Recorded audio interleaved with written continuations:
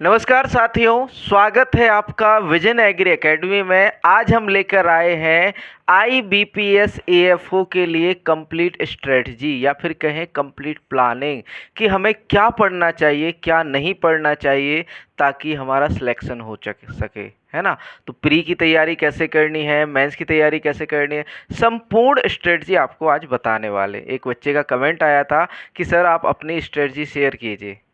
Actually मेरा AFO qualify है, ठीक है, पर मैंने चूज किया आपका जो है टीचिंग को। तो आप लोगों के लिए बढ़िया से स्ट्रेटजी बताता हूँ कि कैसे आपको प्री मेंस और इंटरव्यू की तैयारी करनी है, कंप्लीट प्रिपरेशन स्ट्रेटजी, ठीक है, IBPS AFO 2024 के लिए। ठीक, तो देखो एग्जाम डेट्स आपकी ऑलरेडी आ चुकी हैं, है ना। सबसे पहली अच्छी बात ये होती है IBPS में कि हमें पहले से एग्ज़ाम डेट पता होता है। जैसे ही हमारा जनवरी जनवरी ये कहें कि आपका एग्ज़ाम हो जाता है, मेंस एग्ज़ाम हो जाता है, उसके तुरंत बाद आपको जो है एग्ज़ाम डेट्स देखने को मिल जाती हैं, है ना। तो एग्ज़ाम डेट ऑलरेडी आ चुकी हैं आपकी, ठीक है। तो देखो आपका प्रीलिमिनरी एग्ज़ाम इस बार आपका 9 नवंबर 2024 को है और मेन एग्जामिनेशन आपका 14/12/2024। मतलब आपका प्री और मेंस के बीच कितना गैप रहने वाला है? 1 महीने का गैप रहने वाला है, ठीक है। तो कैसे प्रिपरेशन करनी है? देखो आपको प्री को तो देने हैं आपको कितना टाइम, बस आपको 4 आवर्स, 4 आवर्स आपको प्री को देने हैं और 4 आवर्स आपको मेंस को देने हैं। केवल 8 घंटे की स्टडी आपका जो है AFO क्वालिफाई करा देगी, है ना। यहाँ पर जो है ये तो आपका प्री एग्जाम जो होता है क्वालिफाइंग नेचर का होता है। मतलब इसमें अगर आपको अच्छे मार्क्स लाने नहीं होते, इसको केवल क्वालिफाई करना होता है। मतलब कि ये कहें यदि आप इसको क्वालिफाई कर ले तो मेंस एग्जाम में बैठ जाते, इसके नंबर आपके मेंस में ऐड नहीं होते, किसके? आपके प्री एग्जाम के, ठीक है। तो प्री एग्जाम केवल क्वालिफाइंग नेचर का रहता है, ठीक, जिसका लगभग कट ऑफ जाती है आपकी 40 से 50 नंबर के बीच, ज़्यादा भी नहीं जाती है। तो मेजर फोकस जो प्री एग्जाम में करना है वो है इंग्लिश। बहुत से बच्चों की परेशानी होती है इंग्लिश को मैं बताऊंगा कि कैसे आप जो है प्रिपेयर कर सकते हैं बिना कोई कोचिंग इंस्टीट्यूट के। मैंने खुद बिना कोई कोचिंग इंस्टीट्यूट के सेल्फ स्टडी करके इंग्लिश में 10.25 मार्क्स हासिल किए हैं। 10.25 मैं बताऊंगा कि ना तो मैंने ग्रामर पढ़ी, ना ही मैंने कहीं से कोचिंग ली। केवल आपकी अपनी अंडरस्टैंडिंग और साथ में साथ मीनिंग पावर, वर्ड पावर और साथ में साथ आपका जो है रीडिंग बेसिस पे, ठीक है। तो रीडिंग बेसिस पे ही हमने जो है 10.25 मार्क्स हासिल किए, है ना।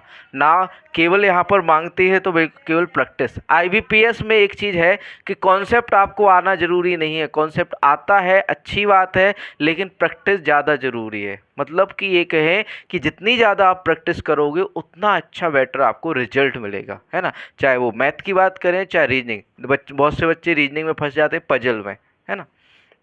रीजनिंग में देखो मोस्ट क्या है आपका पजल है, क्योंकि 20 से 25 क्वेश्चन कहाँ से आते हैं? पजल से आते हैं। आपका जो है मैथ के अंदर आपका क्या है? DI है, डाटा इंटरप्रिटेशन, जिसमें से 15 क्वेश्चन आपके आते हैं, ठीक है, 15 मार्क्स के। तो यही आपकी अगर ये प्रिपेयर है ना, बैंक के एग्जाम में और कुछ नहीं आता, मतलब आता तो है लेकिन यही आपका अगर ये प्रिपेयर कर लो, एक तो पजल कर लो, एक DI कर लो, आपका एग्जाम क्वालिफाई हो जाएगा। क्योंकि DI के लिए जो तुम बेसिक से चैप्टर पढ़ोगे, क्योंकि कुछ आपको DI के लिए 3 से 4 चैप्टर बेसिक से, एक तो आपका सिंप्लीफिकेशन अच्छे से आना चाहिए, दूसरा आपका परसेंटेज अच्छे से आना चाहिए, तीसरा आपका जो है एवरेज अच्छे से आना चाहिए और रेशियो अच्छे से आना। यदि आपके ये 3-4 चैप्टर अच्छे से तैयार है तो DI करने से कोई नहीं रोक सकता, है ना। हम नहीं कहते कि आप प्रॉफिट लॉस पढ़ो, हम नहीं कहते कि आप नाव व धारा पढ़ो, आप केवल ये 4 से 5 चैप्टर अच्छे से तैयार कर लो, आपका प्री क्वालिफाई हो जाएगा। मैथ्स ये कहें कि आपका जो है मैथ क्वालिफाई हो जाएगी। ऐसे ही रीजनिंग में आपको कुछ नहीं तैयार करना, केवल पजल करनी है और पजल के साथ साथ आपका जो है इनइक्वलिटी वाले क्वेश्चन आते हैं, ब्लड रिलेशन आता है और साथ में साथ एक क्वेश्चन और आते हैं आपके डायरेक्शन सेंस वाले, ठीक है, और स्लॉक्स, ठीक।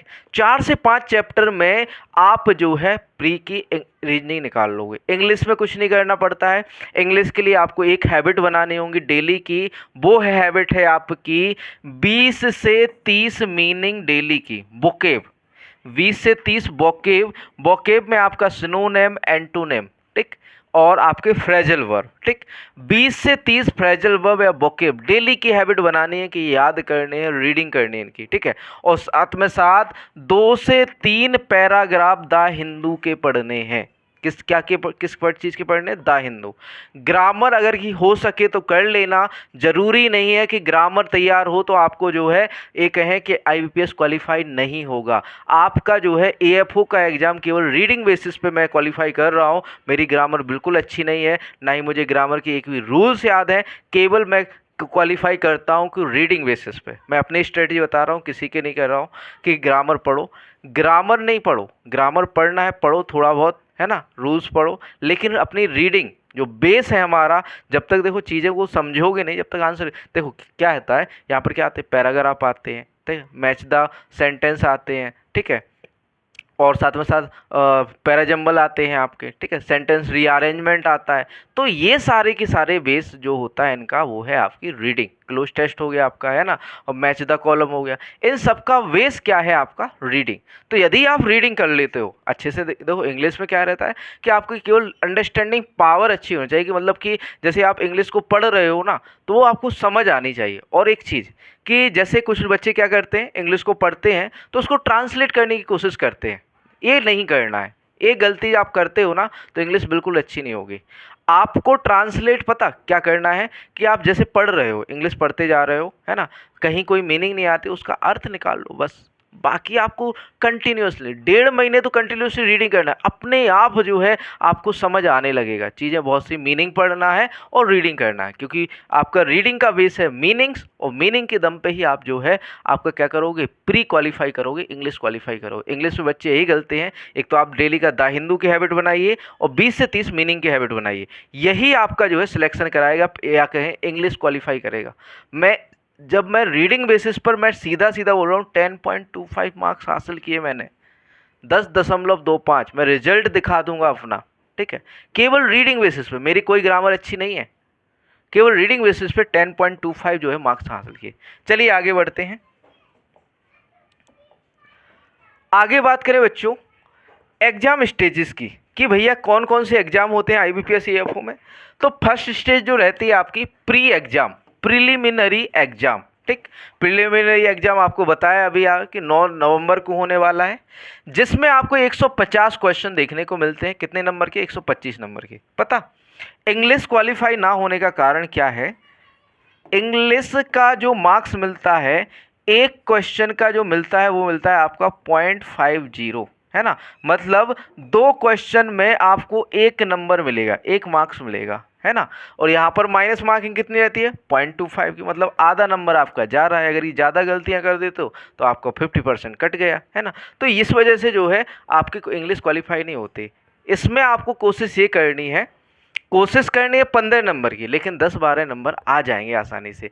केवल एक बेस बनाना है, रीडिंग पावर या अंडरस्टैंडिंग पावर जो है वो अच्छी करनी है ना। और फास्ट रीडिंग, है ना, क्या है, आप पढ़ोगे तो रीडिंग तो ऑटोमेटिकली फास्ट हो जाएगी, क्योंकि आईबीपीएस में एक कहें कि इसमें जो है सेक्शनल टाइम मिलता है। मतलब कि अगर कि आपका इंग्लिश का सेक्शन है तो ये 40 मिनट का है, तो आपको 40 मिनट ही मिलेंगे। यदि आपका पूरा पेपर 120 मिनट का होता है, 120 मिनट 40-40 मिनट के सेक्शन में डिवाइड होते हैं, जो कि आपके अलग अलग टाइम होता है। मतलब मैथ के लिए अलग 40 मिनट मिलेंगे, रीजनिंग के लिए अलग 40 मिनट मिलेंगे, तो अलग अलग टाइमिंग होती है। और एक जैसे इंग्लिश का टाइमिंग पूरा हो गया ना, तो अपने आप सबमिट हो जाता है, फिर दोबारा से आप इंग्लिश अटेम्प्ट नहीं कर पाओगे। तो एक ये जो है आपका पॉइंट हो जाता है, ठीक। दूसरी स्टेज, सेकंड स्टेज जो रहती है वो होती है आपकी मेन एग्जाम, मेंस एग्जाम, जो आपका 60 क्वेश्चन रहते हैं, 80 मार्क्स का रहता है। मैं समझाता हूँ। जब आपकी शुरुआत में जो है कट ऑफ बनती है ना, जब पहले मतलब ये कहें कि जब आपका मेंस का रिजल्ट आता है, मेंस का रिजल्ट किस बेसिस पे आता है? 60 क्वेश्चन की बेसिस पे, आप कहें 60 नंबर के बेसिस पे, ठीक।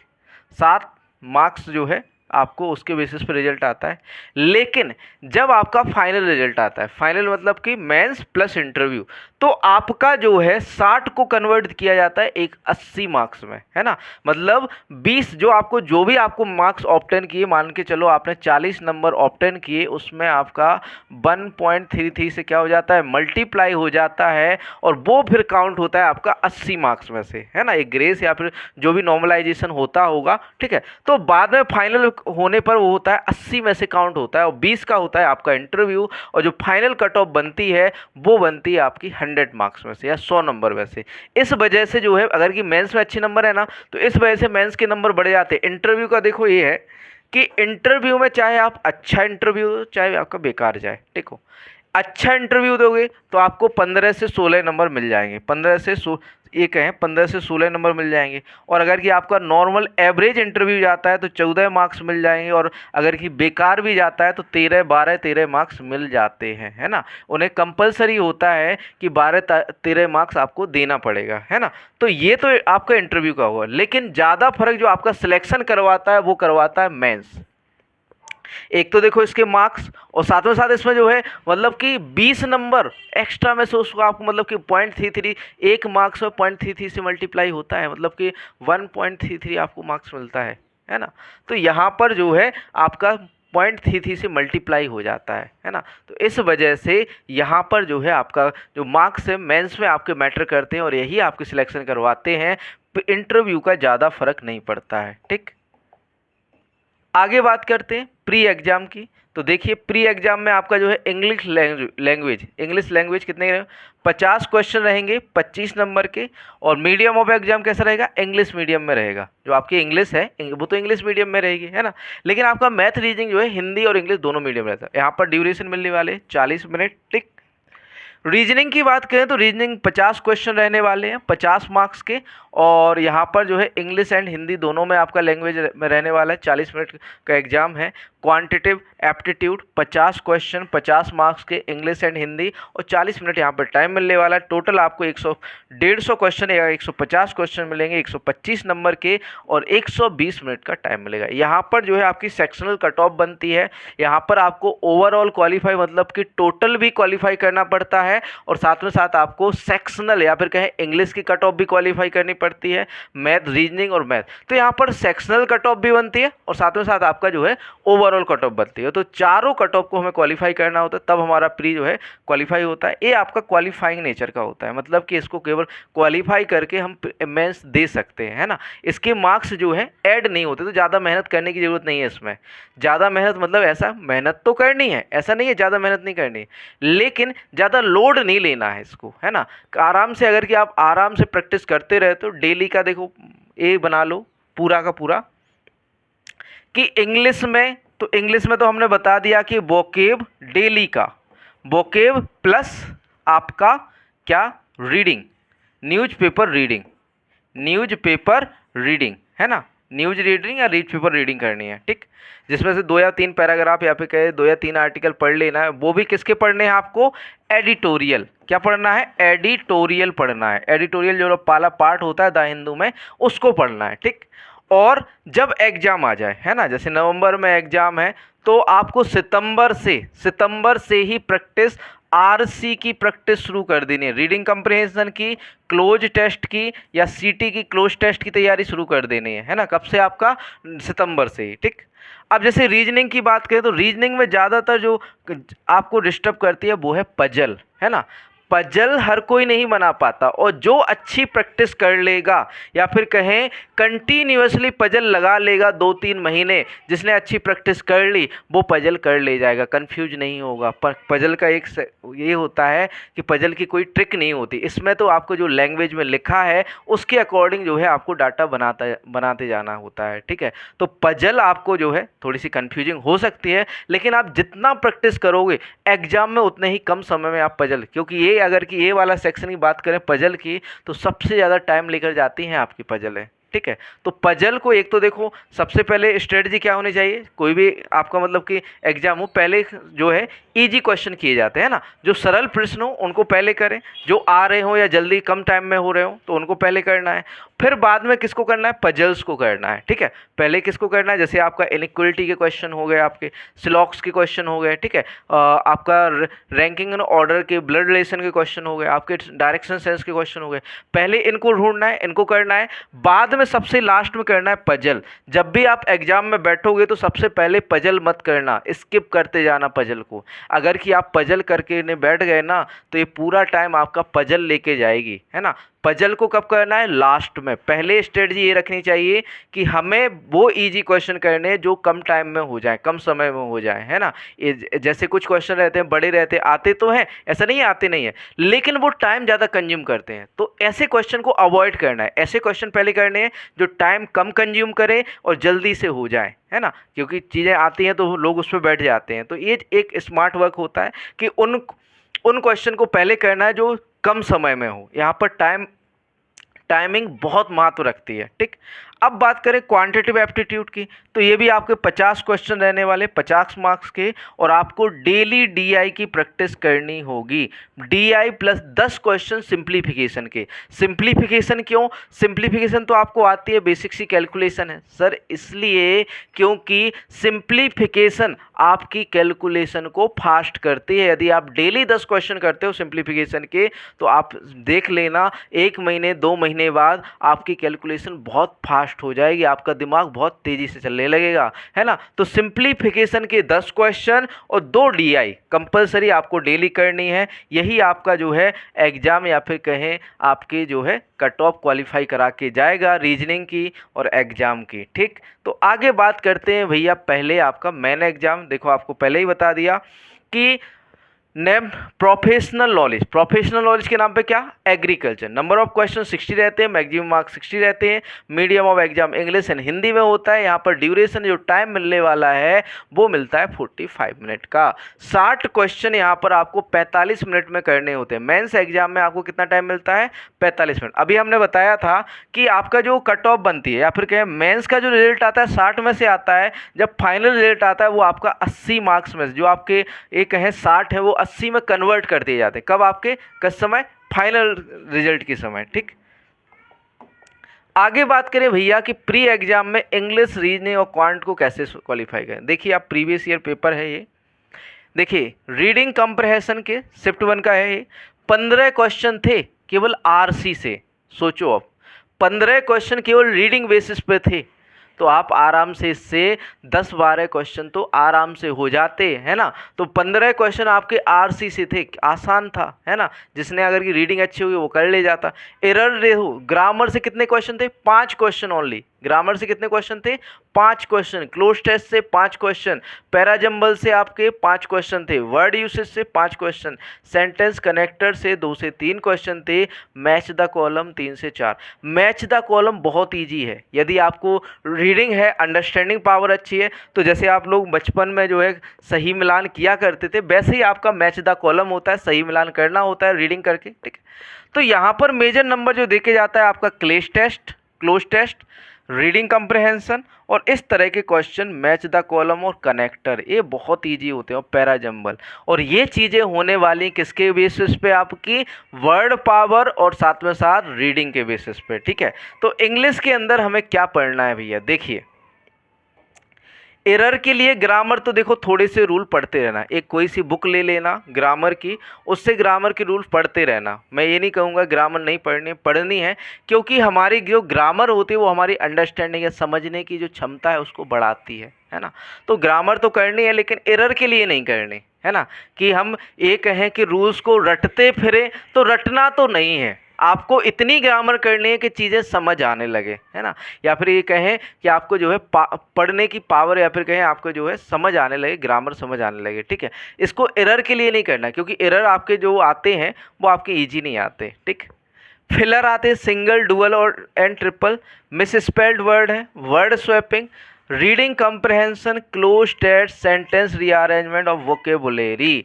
ये जो पार्ट है यही आपका रीडिंग वाला पोर्शन है, और इसी को यदि आपने तैयार कर लिया तो आपकी देखो ये कहें कि आपका जो है तैयारी पक्की है, या फिर कहें आपकी इंग्लिश क्वालिफाई हो जाएगी। और देखो आपका जो है फिलर और मिस स्पेल्ड वर्ड और बर्ड स्वैपिंग, ये तो इजीली बन जाएंगे यदि आप समझ पाते हैं, है ना। कोई चीज़ अगर ये समझ पाते हैं तो वर्ड सही शब्द का सही जगह आप उपयोग भी सीख जाओगे, है ना। तो ये चीज़ जरूरी है आपकी रीडिंग, या फिर कहें आपको ये कहें रीड पढ़कर समझना जरूरी है। और हमने ये कहा है कि कभी भी इंग्लिश को हिंदी में ट्रांसलेट नहीं करना है, जैसी इंग्लिश लिखी हुई है वैसे ही आपको पढ़ने की कोशिश करना है। कैसा?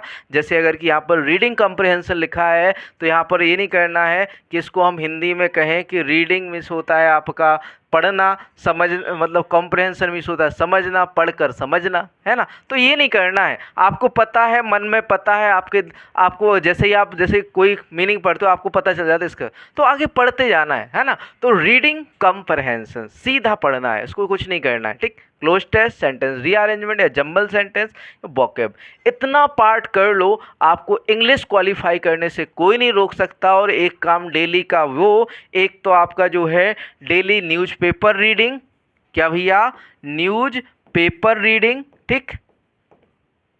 और एक काम है आपका 20 से 30 मीनिंग या वोकैब, ठीक। ये जो कर लिया तो आपको कोई नहीं रोक सकता इंग्लिश क्वालिफाई करने से, चाहे वो जनरल कैटेगरी का हो चाहे ओबीसी कैटेगरी का हो, आप किसी भी कैटेगरी से हो, आपको 10+ मार्क्स मिलेंगे यदि आप इतना रीडिंग कंप्लीट कर लेते हो तो, ठीक है। आगे बात करें कि आपकी रीजनिंग में क्या तैयार करना चाहिए, तो इसको छोड़ते हैं, रीजनिंग में हम डायरेक्टली बता देते हैं। देखिए मेन चीज़ है यहाँ पर पजल, ठीक। जो आपका रीजनिंग में है पजल है, पजल से कितने क्वेश्चन बनते हैं बच्चों, 25 से 30 क्वेश्चन, 25 से 30 क्वेश्चन जो है आपके पजल। इस बार का जो पैटर्न था उसमें 25 से 30 क्वेश्चन केवल पजल के थे, है ना। तो पजल आपकी इंपॉर्टेंट हो जाती है, ठीक। सिलॉक्स इंपॉर्टेंट है, इनइक्वलिटी हो गया आपका, ऑर्डर एंड रैंकिंग हो गया, इनपुट आउटपुट हो गया, कोडिंग डिकोडिंग, ये चैप्टर आपको तैयार करने हैं। सिटिंग अरेंजमेंट आपका जो है, direction sense, puzzle, number series, alphabetic series, इतने चैप्टर आपको ये कहें कि 10 चैप्टर कंप्लीट कर लो, आपकी रीजनिंग क्वालिफाई होगी। 10 चैप्टर में ये वाला पार्ट जो है पजल, ये इम्पॉर्टेंट है और बड़ा पार्ट है, आसानी से समझ नहीं आता। इसके लिए हम कोशिश करेंगे कि पजल के लिए आपकी एक क्लास लाई जाए या फिर कहें डेली बेसिस पे एक क्लास करवाई जाए, ठीक है। तो ये आपको जो है पढ़ना है, ठीक। फिर क्वांट की बात करें, क्वांटिटेटिव एप्टीट्यूड की, तो क्वांट में आपके number system, time and work, simplification, time and distance, percentage, boat and stream, average, profit and problems on train, ratio and proportion, pipes and cisterns, quadratic equation, आपका data interpretation, simple interest, compound interest, miscellaneous या फिर कहें profit and loss. इतना कुछ पढ़ने की ज़रूरत नहीं है। देखिए आपको क्या नहीं पढ़ना है, ना तो टाइम एंड वर्क पढ़ना है, ना टाइम एंड डिस्टेंस पढ़ना है, बोट एंड स्ट्रीम ये भी नहीं पढ़ना है, प्रॉब्लम ऑन ट्रेन ये नहीं पढ़ना है, पाइप एंड सिस्टम ये भी नहीं पढ़ना है, मिसलिनियस ये भी नहीं पढ़ना है, ठीक है। प्रॉफिट लॉस ये भी नहीं पढ़ना है, सिंपल इंटरेस्ट, कंपाउंड इंटरेस्ट ये भी नहीं पढ़ना है, आपको नंबर सिस्टम भी नहीं पढ़ना है। तो पढ़ना क्या है सर, तो पढ़ना है केवल सिंप्लीफिकेशन 1, परसेंटेज 2, तीसरा आपका एवरेज, चौथा आपका रेशियो, फिफ्थ आपका जो है क्वाड्रिक इक्वेशन और सिक्स्थ आपका जो है डाटा इंटरप्रिटेशन। केवल देखो सिंप्लीफिकेशन वाला चैप्टर जो है ये आपका बेस बनाएगा, कैलकुलेशन अच्छी करेगा, और ये परसेंटेज, एवरेज और आपका रेशियो वाले चैप्टर हैं ये आपके डीआई के बेस बनाएंगे। इतने ही चैप्टर, 4 चैप्टर के बेस पर आप केवल डीआई सॉल्व करोगे। किस बेस पर, सिंप्लीफिकेशन, परसेंटेज, एवरेज, रेशियो, और कुछ आता हो चाहे ना आता हो, इतने 4 चैप्टर आपने कर लिए ना तो ये आराम से डीआई भी क्वालिफाई करवा देगा, आपका एग्जाम भी क्वालिफाई करवा देगा, और 25+ मार्क्स जो है आप गारंटेड आपके क्वांट से जो है आप लेकर जाओगे। 25+ मार्क्स हमें ज़्यादा चाहिए भी नहीं है, हमें क्योंकि क्वालिफाई करना है, इसके मार्क्स ऐड तो होते नहीं हमारे, है ना। तो इसमें केवल आपको क्या करना है, ज़्यादा नहीं पढ़ना है, simplification, percentage, average, ratio and proportion कर लो। क्वाड्रिक इक्वेशन के कभी कभार 5 क्वेश्चन आ जाते हैं, क्वाड्रिक इक्वेशन, ठीक है, तो ये इंपॉर्टेंट हो जाता है क्योंकि क्वाड्रिक इक्वेशन के 5 क्वेश्चन बहुत इजी या सेकंडों में इजी या फिर हल होने वाले होते हैं, इसलिए इंपॉर्टेंट हो जाता है। एक क्वेश्चन और आते हैं आपके नंबर सीरीज बेस, ठीक है, नंबर सीरीज के क्वेश्चन कुछ आते हैं आपके, तो ये इंपॉर्टेंट हो जाते हैं आपके, कौन से, नंबर सीरीज, ठीक। तो नंबर सीरीज आपको अच्छे से कर लेनी है, नंबर सीरीज, ठीक। यदि आपने इतने क्वेश्चन कर लिए ना तो आपको एग्ज़ाम क्वालिफाई करने से कोई नहीं रोक सकता। आराम से ये कहें कि पूरे प्री एग्ज़ाम में 50 प्लस या फिर कहें 60 प्लस मार्क्स लेकर आओगे आप लोग, यदि इतना तैयार कर लेते हो तो। इतना हम ज़्यादा नहीं बताएंगे कि आपको ये करना है, वो करना है, ये चैप्टर कर लो, वो कर लो। केवल 5 चैप्टर कर लो, 5 चैप्टर में आपको 25 प्लस नंबर मिल जाएंगे। 4 तो ये देखो आपका simplification, percentage, average, ratio and proportion ये, और 5वां आपका DI डाटा इंटरप्रिटेशन, और एक आपका जो है क्वाड्रेटिक इक्वेशन और एक नंबर सीरीज। 5 से 6 चैप्टर कर लो, आपको कुछ नहीं करना, बाकी आपको अर्थमेटिक पढ़ने की ज़रूरत है ही नहीं। ठीक है, क्लियर है। ये हमने स्ट्रेटजी अपनाई है, अपनी स्ट्रेटजी बता रहा हूँ। आगे देखो पजल की बात करें तो देखो लीनियर बेस्ड अरेंजमेंट होता है, circular based arrangement, square based arrangement, box based puzzle, month based puzzle, floor based puzzle, month with date based puzzle, floor with flat based puzzle, day based puzzle, year based puzzle, designation based puzzle, sequence based puzzle, box with stack based puzzle, age based puzzle और table based puzzle. इतने प्रकार की puzzle होती हैं और यही आपके 25 number देख के जाती हैं भैया। अगर कि 25 नंबर आपको कहीं से मिल रहे हैं तो आप उसी को तैयार करोगे ना, तो पजल तैयार कर लो। इससे देखो एक तो आपका रीडिंग या फिर कहें कोई चीज़ समझने की पावर भी अच्छी होती है ना। पजल अगर कि आप करते हो दिमाग बहुत तेज़ी से दौड़ता है, तो ये आपको करनी है। और ये चैप्टर हम जो है कोशिश करेंगे कि नेक्स्ट मंडे से आपको एक क्लास दी जाए पजल की, लीनियर बेस्ड, सर्कुलर, ये चैप्टर हैं आपके पजल की, इतने चैप्टर आपके आते हैं पजल पे। ठीक, आगे बात करें DI की, डाटा इंटरप्रिटेशन, ये इंपॉर्टेंट। देखो बैंकिंग एग्जाम में क्या जरूरी है, एक तो पजल और DI, एक रीडिंग, है ना।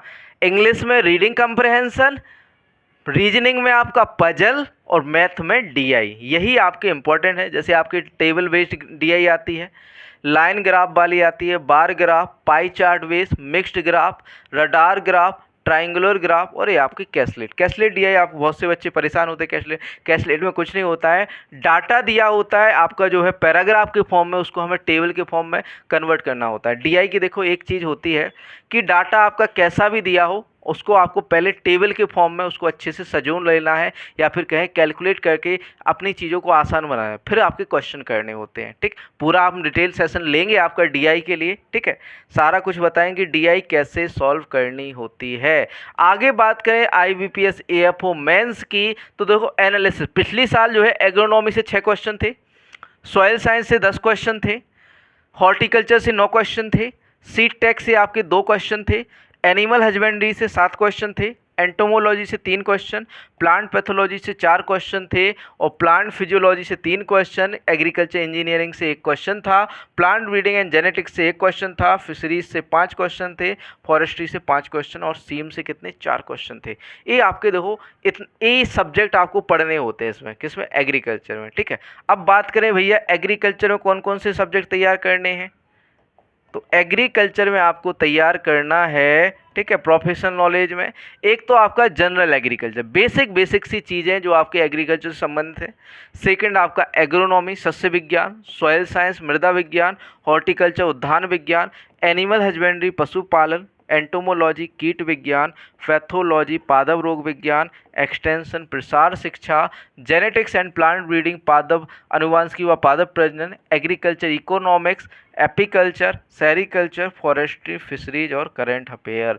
एग्रीकल्चर का करंट अफेयर जो है बहुत मिनिमम है। करंट अफेयर के नाम पे जो है योजनाएं आती हैं, करंट अफेयर के नाम पे क्या आती हैं, योजनाएं आती हैं। ठीक है, तो ये तो बेसिक से चैप्टर हैं, ये कर लोगे ना तो आपको जो है इतने चैप्टर, कितना आपका जो है एनिमल हस्बेंड्री तक, एनिमल हस्बेंड्री तक आपने कर लिया ना तो ये समझ लो आपके 20 से 25 नंबर तैयार हो गए, 25 से 30 नंबर तैयार हो गए। आधा सिलेबस है आपका, 50% केवल इसी में आ जाता है, जनरल, एग्रोनॉमी, सॉयल, हॉर्टिकल्चर और आपका पशुपालन 50% सिलेबस कवर करेगा, और बाकी चीज़ें जो है आपकी 50% सिलेबस कवर करेंगे। तो सबसे पहले हमें जो है इन सब्जेक्ट को जो है पक्का करना है। ठीक, इसी के साथ सेशन यहाँ पर समाप्त होता है। आशा करते हैं आपको सेशन अच्छा लगा हो तो लाइक करिएगा, शेयर करिएगा, सब्सक्राइब करिएगा हमारे चैनल को विजन एग्री एकेडमी। और जो बच्चे डाउट पूछ रहे थे कि स्ट्रेटजी आपकी क्या रही, आपको क्लियर हो गया होगा। देखो मैथ रीजनिंग में तो हमारी यही स्ट्रेटजी रही कि हमें जो है जो मेजर पोर्शन आपका आता है एग्जाम में वो पढ़ना है, चाहे DI हो चाहे आपका जो है पजल हो, ठीक। और इंग्लिश के लिए जो बच्चे रोते हैं कि इंग्लिश तैयार नहीं होती, इंग्लिश में मार्क्स नहीं आते, भैया रीडिंग करना, डेली बेसिस पे रीडिंग करो, मार्क्स आएंगे। आप ना भी चाहोगे ना तो भी मार्क्स आएंगे, डेली रीडिंग तो करो, है ना। ठीक है, मिलते हैं नेक्स्ट सेशन में।